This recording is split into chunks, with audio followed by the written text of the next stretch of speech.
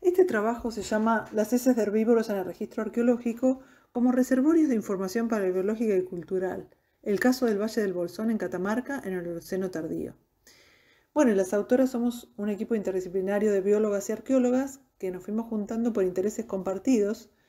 Básicamente este trabajo proviene de un proyecto de larga data dirigido por Alejandra Corstange, que comenzó en los 90 ya, buscando la significación arqueológica de los microfósiles derivados de heces en el registro arqueológico. Y se suma un proyecto tafonómico sobre excrementos de distintos taxones que arrancan más o menos en la misma época a mi cargo, que soy Mariana Mondini, y a su vez empalma con el proyecto paleobiológico de las biólogas del IPROSAM, que comparten la autoría de este trabajo Nadia Velázquez, Susana Burri y Romina Petric, que ya les digo, tienen su interés desde un punto de vista más paleobiológico en este tipo de evidencias, y hoy conformamos entre todas un gran equipo multidisciplinario e interdisciplinario. Bueno, ¿por qué nos interesan las heces? Las heces de herbívoros en particular, que se acumulan en los sitios arqueológicos y que tradicionalmente eran descartadas durante las excavaciones, eran desechadas, ofrecen sin embargo importante información, tanto paleobiológica como cultural. Estas paleoheces, o también las pueden leer como coprolitos en la literatura, aunque no estén fosilizadas, son parte de una clase de evidencia fósil que se llama en general bromalitos, que a su vez son, como les decía, trazas fósiles o ignofósiles, es decir, evidencias de la actividad biológica de organismos, aunque no encontremos los restos de esos organismos en sí mismos. Y las paleoheces en particular son un tipo de traza que representa los alimentos que entraron por la cavidad oral o el tracto gastrointestinal de esos animales. Y como tal, representa entonces la interacción entre esos animales y el ambiente, y también la interacción entre los animales y las poblaciones humanas, ya sea directa o indirecta, como en el caso cuando los humanos dan como alimento a los animales cultivos, plantas cultivadas por ellos, proporcionadas ya sea intencionalmente o no. Y a su vez, estas paleoheces tienen inclusiones biológicas como parásitos o restos vegetales, que son en sí mismas trazas y restos fósiles informativos de esas interacciones en el pasado. Entonces, las líneas de evidencia que aportan este tipo de evidencia, de traza, son informativas de una serie de aspectos, como por ejemplo la dieta de los animales, sus rangos de acción, su salud, la estacionalidad en el uso de los sitios, las condiciones ambientales, incluso prácticas culturales como la agricultura y la ganadería, y los cambios de todas estas variables a través del tiempo. Entonces las paleoheces en sí mismas nos informan, además de la riqueza de especies que habitaron un lugar en un momento dado, una serie de información paleobiológica y cultural, aún en ausencia de los restos de los organismos que las depositaron. En el Valle del Bolsón y los valles aledaños, en Catamarca, hemos estado estudiando las heces de herbívoros del Holoceno tardío a lo largo de 20 años más o menos. Este área es una zona ecotonal y de interacción entre las tierras altas de la Puna y los valles más bajos. Y el Valle del Bolsón en particular está ubicado entre 2.500 y 2.900 metros sobre el nivel del mar y tiene un clima árido templado. Biogeográficamente abarca las ecorregiones del monte de Sierras y Bolsones, de la Puna y un poco en menor medida de los Altos Andes. Y la fauna nativa de esta región biogeográfica incluye los camélidos, que están representados principalmente por guanacos y llamas, aunque actualmente estos están restringidos a zonas de mayor altitud, y la taruca, este cérvido que hoy tampoco habita en el valle. Las condiciones ambientales actuales parecen corresponderse con las de al menos los últimos 2.000 años, aunque se registran condiciones más húmedas más o menos hacia el 1000 antes del presente y un retorno a condiciones más séricas hacia el 600 antes del presente. De acuerdo a hallazgos en superficie en el Valle del Bolsón, la ocupación inicial del área habría sido por parte de cazadores-recolectores al menos en el Holoceno temprano, pero las ocupaciones en la estratigrafía del área datan desde hace casi 3.000 años y abarcan el periodo formativo, que en esta región se extiende desde el 1000 a.C. hasta el 1000 después de Cristo, o sea, de la era aproximadamente, y desde ese momento hasta el 1450, el periodo de desarrollos regionales, en el cual no se observan grandes indicios de aumentos o concentraciones demográficas ni de jerarquización social en esta zona, ¿no es cierto? En este área no se observan ocupaciones con marcadas influencias incaicas, aunque sí se registra claramente la presencia de los españoles después de la conquista. Las ocupaciones agropastoriles que dominan el paisaje en el Valle del Bolsón y los valles aledaños se caracterizan por una agricultura extensiva de carácter doméstico, involucrando diversas estrategias productivas que se articulan con el manejo de rebaños de camélidos y con el uso de su guano como fertilizante. Aquí presentamos una síntesis de nuestros estudios sobre las paleoeces de artiodáctilos en el área del Valle del Bolsón para ilustrar su potencial informativo, pero también los desafíos metodológicos que implica su análisis. Nuestros estudios tienen un abordaje que es multiproxy, en el sentido de buscar maximizar la información paleobiológica y cultural que contienen estos reservorios. Hemos estudiado tanto casos a cielo abierto, donde las heces se presentan mayormente disgregadas y lo que estudiamos son sus contenidos microfósiles, y también en el caso de sitios en reparo, como veremos, las paleoeces completas y sus inclusiones biológicas y moleculares. A continuación les contamos de estos casos. Retomo aquí de lo que viene planteando mi colega de equipo Mariana Mondini. Yo soy Alejandra Cortange, soy como la coordinadora del equipo general y por lo tanto la que viene trabajando hace más años en el Valle desde esta perspectiva de un trabajo interdisciplinario e intercultural que recoja distintas miradas, distintas versiones, ¿no?, de la historia y de las prácticas.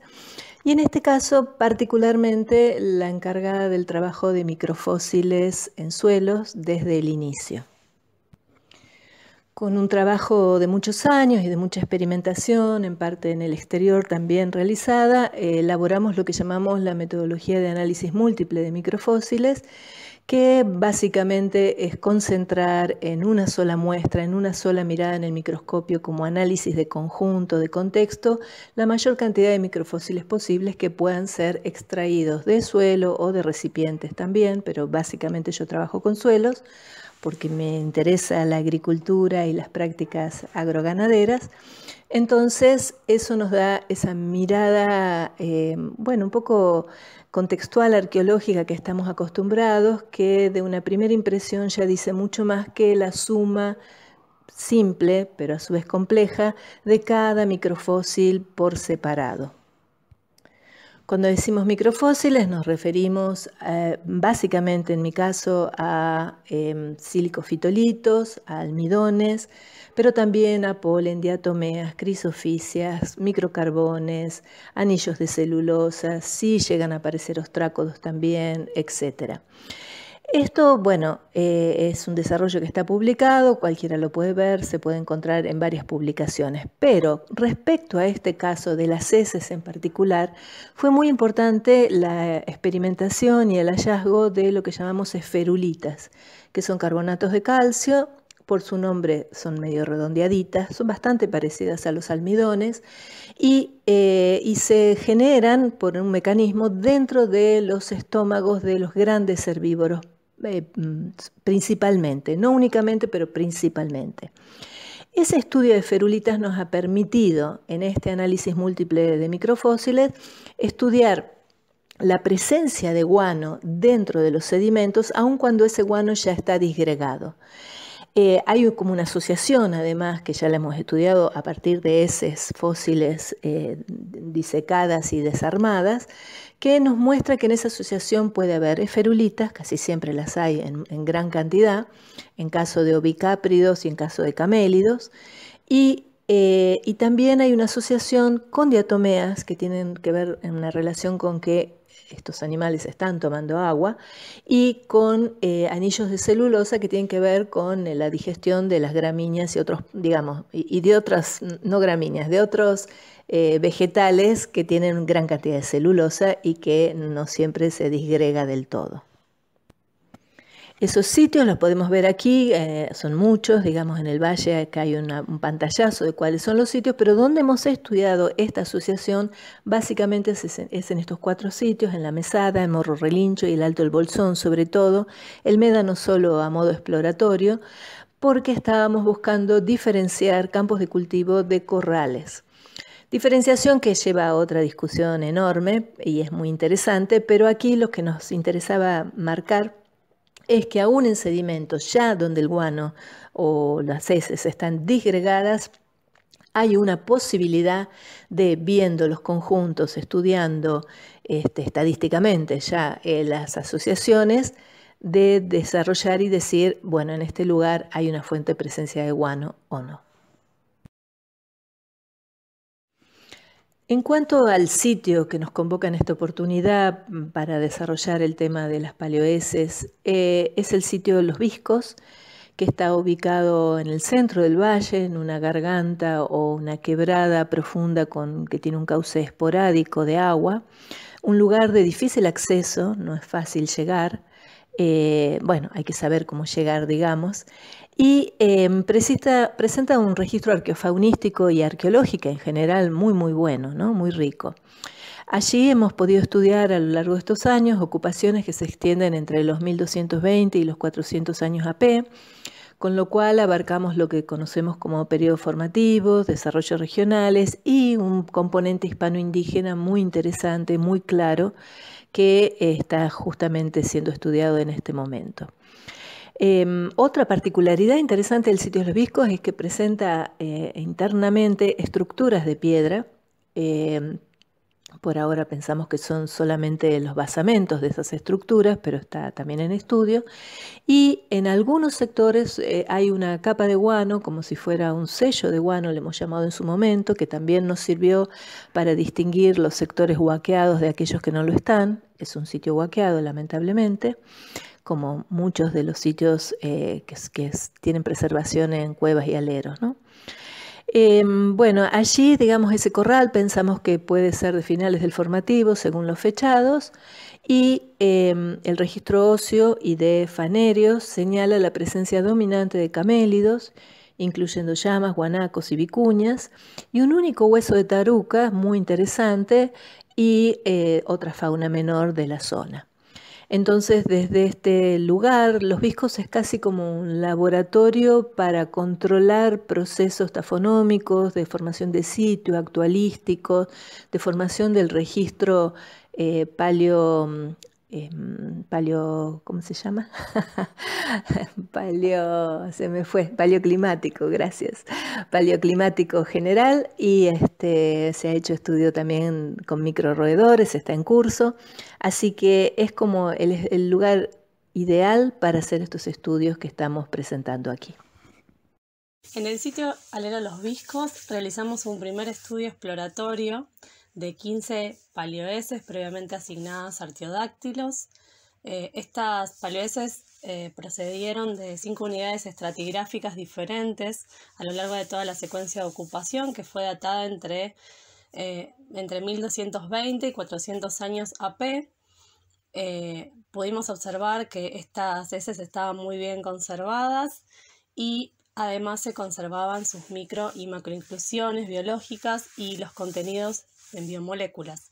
Se determinó el origen zoológico de estas paleoheces observando forma, tamaño, tomando medidas y comparándose con estándares modernos, teniendo en cuenta además la dieta a partir del polen observado y los parásitos encontrados como inclusiones de estas paleoheces. Para poder confirmar las suposiciones acerca del origen zoológico de las paleoheces, se realizaron estudios de ADN antiguo.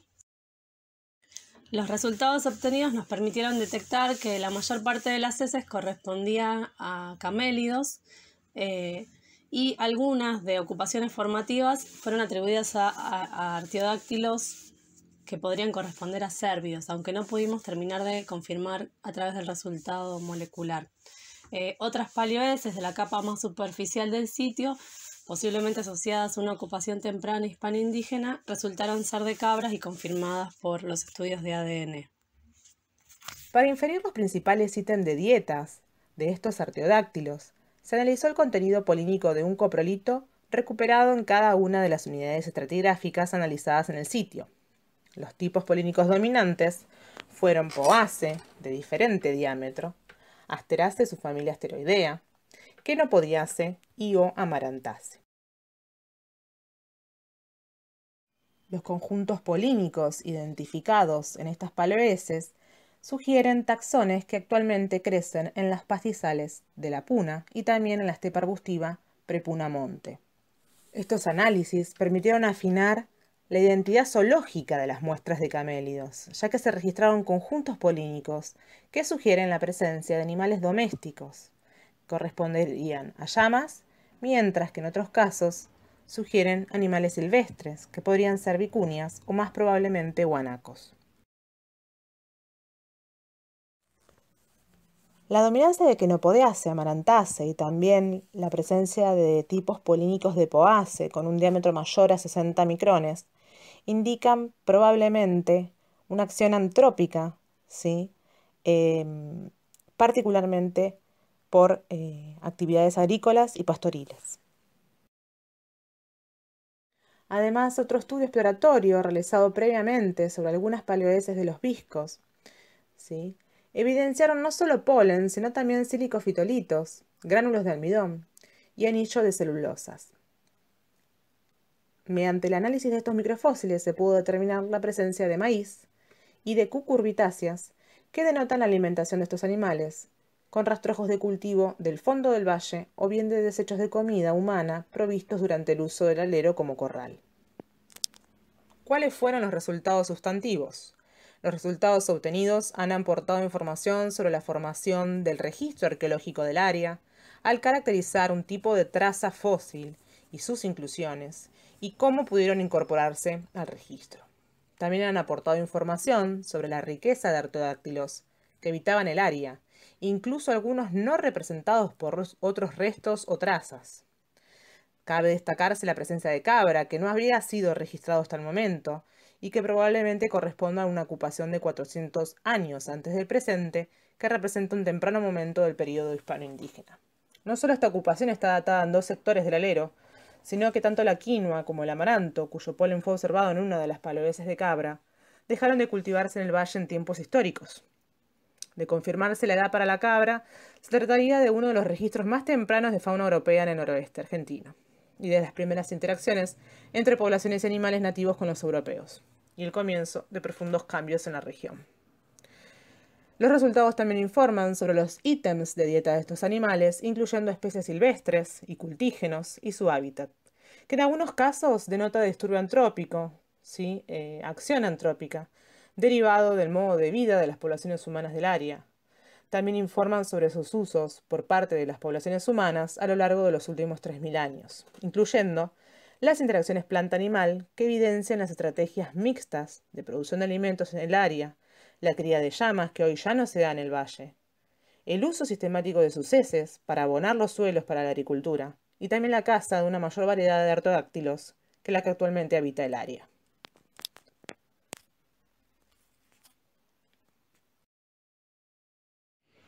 Bueno, retomo yo, como mencionaba al principio, parte de los resultados interesantes metodológicos, que son justamente parte de la investigación en general de un proyecto, ha sido desarrollar un protocolo de análisis múltiple, que también está publicado, que lo comenzamos en el año 2001 con otros colegas, y que fue siendo precisado y hoy, actualmente es utilizado casi en toda Sudamérica para este tipo de estudios porque ha resultado realmente muy positivo por varios motivos.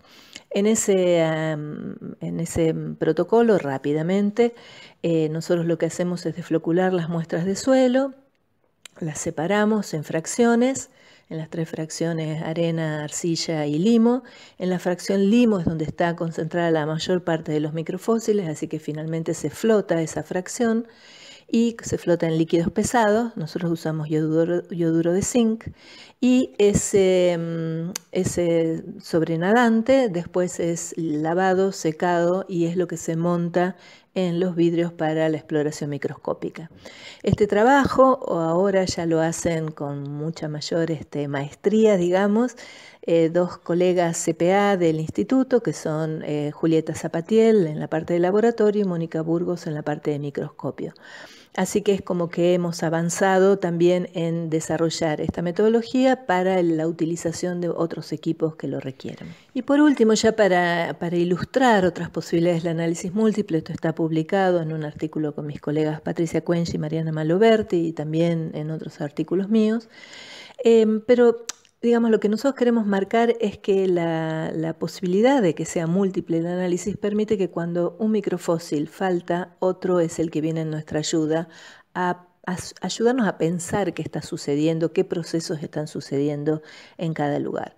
Entonces hemos hecho como una tabla de lo que se espera, digamos, en cada caso, ¿no? Cuando hay fitolitos silicofitolitos de tal tipo, en qué plantas los podemos encontrar para que nos permitan taxonómicamente dar cierta fiabilidad a nuestro hallazgo, lo mismo con los almidones, qué combinaciones pueden estar indicando ciertas actividades. Por ejemplo, en un caso hemos encontrado combinación de diatomeas con anillos de celulosa muy alta y pensamos que tenía que ver con una actividad más de tipo de tratamiento de vegetales para la formación de lanas, no, de tejidos o sí, de cestas, etcétera. Y así con cada combinación de microfósiles. Está por verse ahora, bueno, hay un estudio preliminar sobre esta combinación en las heces, como ya les mencionaba, pero este es el trabajo que estamos ahora desarrollando ya interdisciplinariamente y desde otras perspectivas con mucha mayor amplitud para llegar a seguridades más cercanas a lo esperable en un registro arqueológico. Otro de los aportes metodológicos realizado por miembros del Laboratorio de Paleontología y Bioantropología de la Universidad de Mar del Plata, también que somos coautores de este trabajo, fue el diseño de un protocolo de análisis multiproxy de heces de guanaco, que fue publicado en 2019. En este protocolo nos basamos en el trabajo de análisis múltiple de microfósiles de Alejandra Costange, pero ahora haciendo hincapié en paleoheces. El objetivo que nos propusimos fue la extracción de todos los microfósiles a partir de una única muestra. Se trabajó con muestras actuales y la idea es poder usar luego este protocolo en estudio de paleoheces de camélidos. En esta instancia, la muestra constaba de 2 pellets de guanaco. El propósito fue, por un lado, minimizar la utilización de compuestos químicos y, por otro lado, optimizar la recuperación de diversos proxies, que en este caso fueron polen, restos vegetales macroscópicos y microscópicos, silicofitolitos, restos parasitarios, isótopos estables de carbono y nitrógeno y ADN. Lo esperable es que luego del procesamiento se haya recuperado la mayor parte de los microfósiles de las heces y que se encuentren en buen estado para poder hacer una correcta identificación.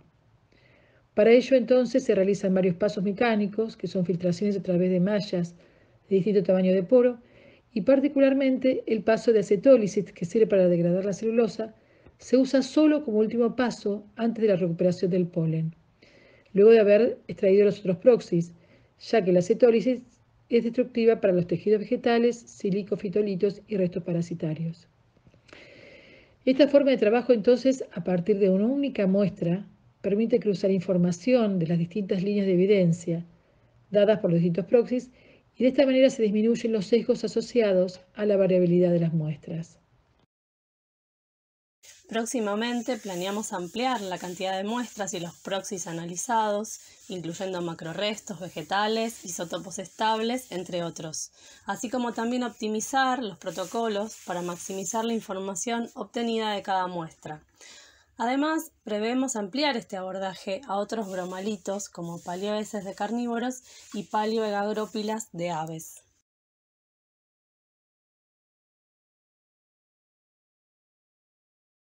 Muchas gracias por la atención.